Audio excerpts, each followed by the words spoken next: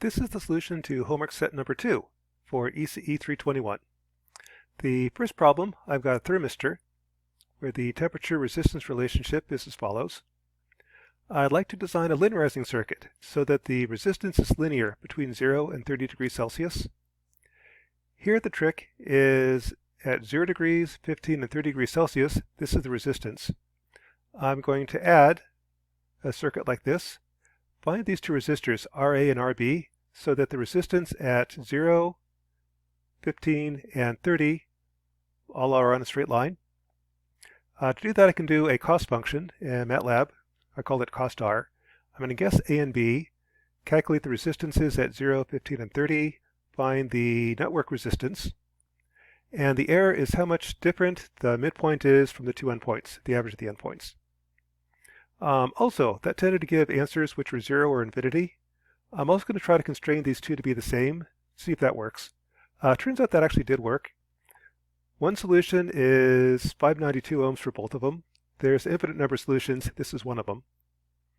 If I check in MATLAB and plot the resistance between 0 and 30 degrees Celsius for this resulting resistor circuit, that's what the resistance looks like.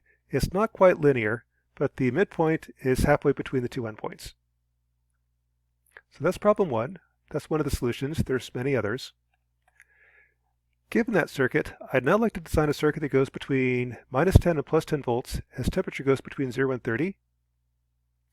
For that, I'm going to use the voltage divider. It tends to work best if the voltage divider has resistance close to the average resistance that you're using. So I'm going to use the 500 ohm resistor, which looks like this. Here's my linearizing circuit. There's my voltage divider. Now find the voltage of Vx at the two endpoints. At the left endpoint, I'm at 5.07 volts. The right endpoint, 4.54 volts. The left endpoint is supposed to go between minus 10 volts. This goes to plus 10. So as the input voltage goes down, the output voltage goes up. So I connect this to the minus input. The gain I need, the output changes by 20 volts as the input changes by 0.5 volts. So I need a gain of 37. So make this 37 to 1. That minus sign, it's taken into account by connecting the minus input. And the offset, at the midpoint, the output should be 0. The midpoint is 4.8 volts, so there's my offset, 4.8078. So there's my circuit. I can check in MATLAB. If I've got my voltage for the divider, throw it into the gain times the instrumentation amplifier and plot it. Here's what the output voltage looks like. It goes between minus 10 and plus 10 as temperature goes between 0 and 30, just like I like. The midpoint isn't quite 0. That's because the voltage divider is also nonlinear. So I linearized the resistance, but I didn't linearize the voltage.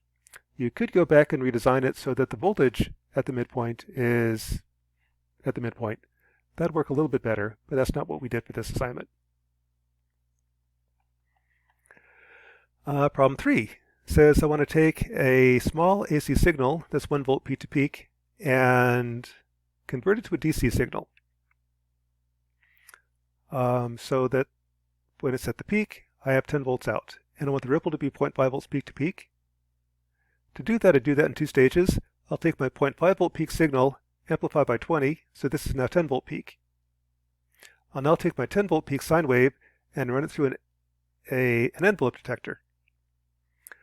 Where RC comes from is in 1 millisecond. I want to go from 10 volts to 9.5 volts. Solve for RC.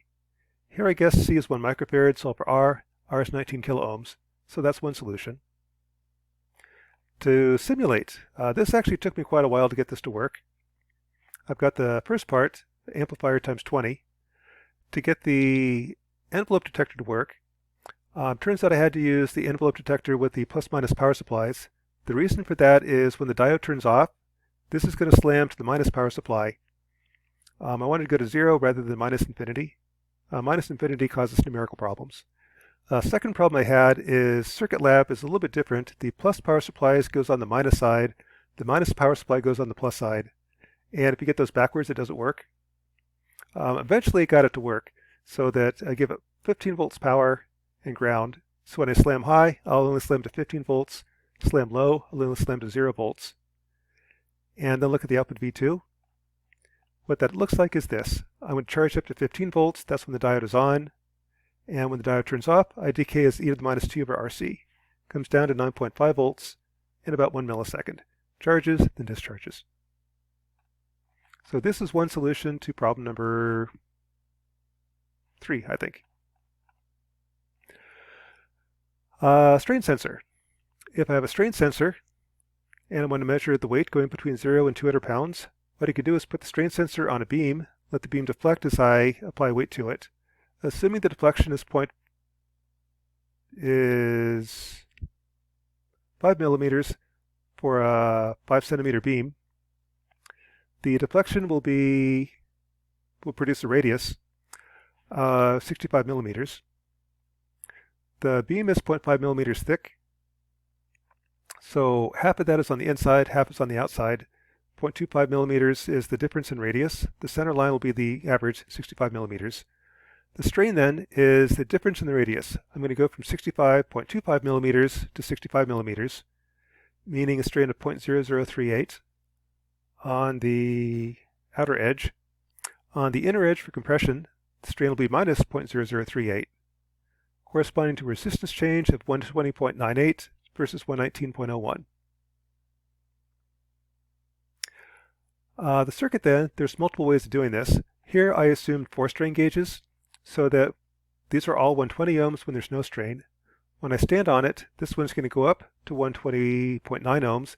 This will drop down to 119.1 ohm, making this voltage go up. Flip these, this will go down. That gives me 4 times the sensitivity at 4 times the cost.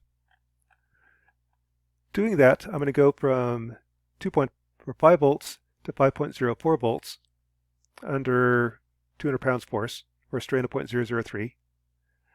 To convert that to 0 to 10 volts, I need a gain of 242. That's with just 2 strain gauges. If I have 4 strain gauges, it'll be half that, 121. So here's the circuit. This is called a whetstone bridge with an instrumentation amplifier. When the difference is 0, the output is 0. When I have strain of 0.003, this will output 10 volts. That's typical strain gauges. They have very high gains. That is homework set number 12.